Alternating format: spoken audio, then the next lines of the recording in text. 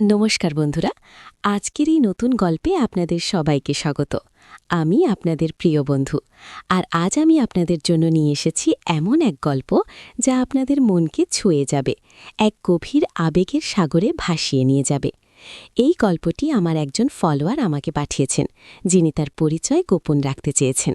তিনি অনুরোধ করেছেন এই গল্পটি যেন আমি আপনাদের শোনাই। আপনাদের ভালোবাসা আর সাপোর্টের জন্যই আমি এই কাজ করে চলেছি।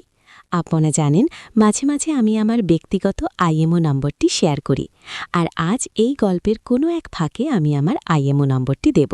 তাই নাম্বারটি পেতে হলে পুরো গল্পটি মনোযোগ দিয়ে শুনতে হবে, বুঝতেই পারছেন?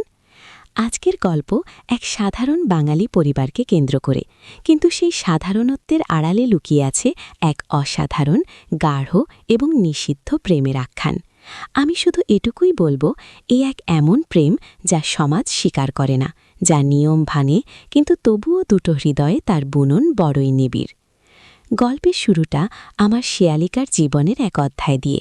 আমার শেয়ালিকা সুদীপ্তা, বয়স প্রায় ২৫ কি ২৬, শান্ত স্নিগ্ধ চেহারার মেয়ে। কিন্তু ওর মনের গভীরে কি চলছে তা কেউ জানে না। আসলে ওর বিয়ে হয়েছিল বছর ৩ আগে। সুদীপ্তার স্বামী, আমার জামাইবাবু, খুব ভালো মানুষ, একজন প্রতিষ্ঠিত ব্যবসায়ী। কিন্তু ভাগ্যের পরিহাস, এই ভালোবাসার সম্পর্কেই এক কালো মেঘ ঘনিয়ে আসে। ঘটনাটা ঘটেছিল প্রায় বছর ১.৫ আগে। সুদীপ্তার শ্বশুরবাড়ি, মানে আমার জামাইবাবুর বাবা মায়ের বাড়ি, এক বিশাল এবং সুন্দর পুরনো দিনের বাড়ি, কলকাতা থেকে একটু দূরে শহরতলির এক কোণে।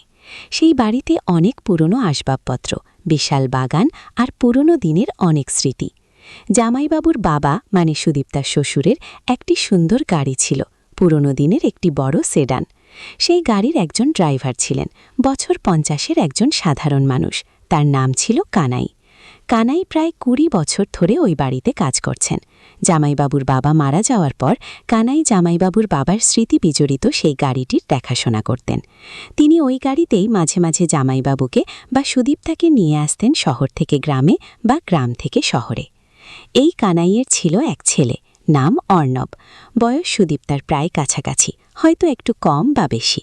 দেখতে সুশ্রী, বলিষ্ঠ চেহারা। ওর বাবা কানাইয়ের সাথে প্রায়ই ওই বাড়িতে আসত, কখনো বাবার সাহায্য করতে, কখনো নিজের কিছু ব্যক্তিগত কাজে। অর্ণব পড়াশোনা করত, কিন্তু সেই সঙ্গে নিজের বাবার কাজেও হাত লাগাত। এই অর্ণবকে কেন্দ্র করেই সুদীপ্তার জীবনের এক অদ্ভুত মোড় আসে। প্রথম দিকে অর্ণবকে সুদীপ্তার তেমন চোখে পড়ত না, একজন ড্রাইভারের ছেলে, সাধারণ একজন মানুষ। কিন্তু ধীরে ধীরে, খুব ধীরে ধীরে অর্ণব সুদীপ্তার অজান্তেই ওর মনের গভীরে এক বিশেষ স্থান করে নিতে শুরু করে। এটা কিভাবে শুরু হয়েছিল তা সুদীপ্তাও ঠিক করে বলতে পারে না। হয়তো কোনো একদিন অর্ণব যখন বাবার সাথে বাড়ির বাগানে কাজ করছিল, তখন সুদীপ্তা বারান্দা থেকে ওকে দেখছিল। অথবা কোনোদিন যখন সে গাড়িতে বসে আছে, অর্ণব এসে দরজা খুলে দিল, আর সেই মুহূর্তের একটা দীর্ঘ দৃষ্টি বিনিময়, কে জানে। তবে যেভাবেই হোক, অর্ণবের প্রতি সুদীপ্তার এক অদ্ভুত আকর্ষণ জন্ম নিয়েছিল। সুদীপ্তা প্রথম প্রথম নিজের এই অনুভূতিকে পাত্তা দিত না, ভাবত এটা হয়তো সাময়িক। কিন্তু না, এই অনুভূতি দিন দিন আরও তীব্র হতে লাগল। যখনই অর্ণবকে দেখত, ওর বুকের ভেতরটা কেমন ধুকপুক করত। অর্ণবের বলিষ্ঠ হাত, ওর চোখে মুখে ফুটে ওঠা সরলতা, ওর কাজের প্রতি নিষ্ঠা, সবকিছুই সুদীপ্তাকে মুগ্ধ করত। সুদীপ্তা জানত এই অনুভূতি চরম অন্যায়। অর্ণব একজন সাধারণ বাড়ির ছেলে, আর সে একজন প্রতিষ্ঠিত পরিবারের বউ। এই দুয়ের মধ্যে কোনোদিন কোনো সম্পর্ক হওয়া সম্ভব নয়। কিন্তু মন যে মানে না, অবাধ্য মন। একদিন এমন একটা ঘটনা ঘটল যা সুদীপ্তাকে আরও বেশি করে অর্ণবের দিকে টানল। সেদিন ছিল বর্ষার দিন, প্রচণ্ড বৃষ্টি হচ্ছিল। সুদীপ্তা একা বাড়িতে ছিল। জামাইবাবু তখন অফিসের কাজে বাইরে। শাশুড়ি মা ওনার বাপের বাড়ি গিয়েছিলেন। বাড়ির অন্য কাজের লোকেরাও সেদিনের বৃষ্টিতে আসতে পারেনি। কেবল কানাই তার ছেলেকে নিয়ে এসেছিল, কারণ ওই গাড়িটা একটু মেরামত করার দরকার ছিল। অর্ণব যখন গাড়ির নিচে কাজ করছিল, তখন হঠাৎই পা পিছলে পড়ে গেল। হাতে বেশ চোট লাগল, যন্ত্রণায় কুঁকড়ে উঠল। সুদীপ্তা ভেতর থেকে দেখে ফেলল। ওর আর তর সইল না, ও ছাতা নিয়ে ছুটে গেল। কি হয়েছে? সুদীপ্তা উদ্বিগ্ন গলায় জিজ্ঞেস করল। অর্ণব যন্ত্রণায় মুখ কুঁচকে বলল, আহ, হাতটা লেগেছে দিদি। সুদীপ্তা ওর হাতটা ধরে দেখল, বেশ কেটে রক্ত বেরোচ্ছে। ওর মনটা কেঁদে উঠল। ও অর্ণবকে ধরে বাড়িতে নিয়ে এলো। নিজের হাতে ওর ক্ষতস্থানটা পরিষ্কার করে ওষুধ লাগিয়ে দিল। সেই সময় অর্ণবের চোখে মুখে যে কৃতজ্ঞতা আর এক অদ্ভুত সলজ্জ দৃষ্টি ছিল, সেটা সুদীপ্তার মনে গেঁথে গেল। ওর মনে হলো এই ছেলেটা হয়তো ওর মনের কথা কিছু কিছু বুঝতে পারে। সেই ঘটনার পর সুদীপ্তা আর অর্ণবের মধ্যে একটা অলিখিত যোগাযোগ তৈরি হলো। অর্ণব যখনই আসত, সুদীপ্তা একটু হলেও ওর সাথে কথা বলতো। কখনো হয়তো চায়ের জল দিয়ে, কখনো বা নিছুকি কুশল জিজ্ঞাসা করে। অর্ণবও সুদীপ্তার এই সহজ আচরণে একটু যেন উৎসাহিত হতো। সুদীপ্তার মনে ভয়ও কাজ করত, যদি কেউ দেখে ফেলে, যদি জামাইবাবু জানতে পারেন, এই ভেবে ওর বুক কেঁপে উঠত। কিন্তু তবুও অর্ণবের সান্নিধ্য ওর এক অন্যরকম নেশা হয়ে দাঁড়িয়েছিল। একদিন জামাইবাবু শহরের বাইরে একটা কাজে গিয়েছিলেন 2 দিনের জন্য। সুদীপ্তা তখন একা। সেদিন কানাই ও অর্ণবকে পাঠালো কিছু জিনিসপত্র আনার জন্য। দোকানে যাওয়ার পথে অর্ণব হঠাৎ গাড়ি থামালো। কি হলো? সুদীপ্তা জিজ্ঞেস করল। অর্ণব সুদীপ্তার দিকে তাকালো। ওর চোখে মুখে কেমন একটা দ্বিধা। তারপর নিচু গলায় বলল, দিদি, কিছু মনে করবেন না, আপনাকে একটা কথা জিজ্ঞেস করব। সুদীপ্তার বুকটা ধুক করে উঠল। কি? আপনি কি আমাকে? অর্ণব আর বলতে পারল না। সুদীপ্তা অর্ণবের চোখের দিকে তাকালো। সেই চোখে ওর নিজেরই প্রতিচ্ছবি দেখল, এক না বলা ভালোবাসার, এক নিষিদ্ধ আকর্ষণের। সুদীপ্তা কোনো কথা বলল না, শুধু আলতো করে মাথা নাড়ল।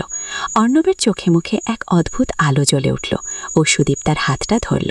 সেই স্পর্শে সুদীপ্তার সারা শরীর কেঁপে উঠল, এক অজানা শিহরণ। আমি আপনাকে খুব ভালোবাসি দিদি, অর্ণব ফিসফিস করে বলল। যখন থেকে আপনাকে দেখেছি তখন থেকেই। সুদীপ্তার চোখে জল এসে গেল। ও অর্ণবের হাতটা আরও শক্ত করে ধরল। সেই মুহূর্তে চারপাশের সব নিয়ম, সব বাধা ওদের কাছে অর্থহীন মনে হলো। শুধু ছিল দুটো হৃদয়ের এক অনৈচ্ছিক টান, এক গভীর আবেগ, যা সব কিছুকে ছাপিয়ে যাচ্ছিল। কিন্তু পরক্ষণেই বাস্তবের কঠিন মাটিতে পা রাখল সুদীপ্তা। ও অর্ণবের হাতটা ছাড়িয়ে নিল। না অর্ণব, এটা সম্ভব নয়, তুমি বুঝতে পারছো না। অর্ণবের মুখটা ফ্যাকাশে হয়ে গেল। কেন দিদি, আমি কি আপনার যোগ্য নই? তা নয় অর্ণব, তা নয়, সুদীপ্তা খুব কষ্টে বলল। কিন্তু আমাদের মধ্যে আকাশ পাতাল তফাৎ। তুমি জানো এটা সবাই মেনে নেবে না। আমাদের দুজনের জীবন নষ্ট হয়ে যাবে। অর্ণব নিচু গলায় বলল, আমি পরোয়া করি না দিদি, আমি শুধু আপনাকে চাই। সুদীপ্তা অর্ণবের দিকে তাকিয়ে রইল। ওর মনের মধ্যে এক ঝড় বইছে, এক তীব্র ভালোবাসা, এক অসহনীয় টানাকোড়েন আর অজানা ভবিষ্যতের ভয়। ওর মনে পড়ল জামাইবাবু ওর কত খেয়াল রাখে, কত ভালোবাসে, কিন্তু এই অর্ণবের প্রতি এই আকর্ষণটা ও কিছুতেই আটকাতে পারছে না। সেই দিন অর্ণব জোর করে সুদীপ্তার আরও কাছাকাছি এসে দাঁড়ালো। বাতাসে এক তীব্র উত্তেজনা। সুদীপ্তার মনে হলো ও যেন কোনো এক মায়াবী আকর্ষণে অর্ণবের দিকে এগিয়ে যাচ্ছে। অর্ণবের চোখে চোখ রেখে সুদীপ্তা নিজের সব ভয়, সব দ্বিধা ভুলে যেতে চাইল। হঠাৎ অর্ণব সুদীপ্তাকে আলতো করে জড়িয়ে ধরল। সেই স্পর্শে সুদীপ্তার সারা শরীর যেন বিদ্যুতের স্পর্শ পেল। ওর মনে হলো এই মুহূর্তটা যদি চিরকালের জন্য থেমে থাকত। অর্ণবের বুকের থুকপুক শব্দ ও স্পষ্ট শুনতে পাচ্ছিল। সুদীপ্তাও নিজের হাতটা আলতো করে অর্ণবের পিঠে রাখল। আমি কি? অর্ণব কিছু বলতে গিয়েও থেমে গেল।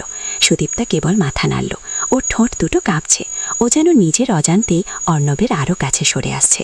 ওর মন বলছে না, এটা ঠিক নয়, কিন্তু শরীর, মন, আত্মা সব যেন এক হয়ে গেছে অর্ণবের আকর্ষণে। তারপর কি হলো? গল্পটি এইখানেই আপাতত থামানো হলো। গল্পের পরবর্তী অংশে জানতে পারবেন সুদীপ্তা আর অর্ণবের জীবনে কি ঘটেছিল। তাদের এই নিষিদ্ধ প্রেম কি পরিণতি লাভ করেছিল, নাকি সমাজের চাপে তারা পিছিয়ে গিয়েছিল? এই প্রশ্নের উত্তর পেতে হলে এবং আমার IMO নম্বর পেতে হলে আপনাদের কমেন্ট করে জানাতে হবে যে আপনারা গল্পের 2য় পর্ব শুনতে চান কিনা। আর অবশ্যই আমার চ্যানেলটি সাবস্ক্রাইব করতে ভুলবেন না।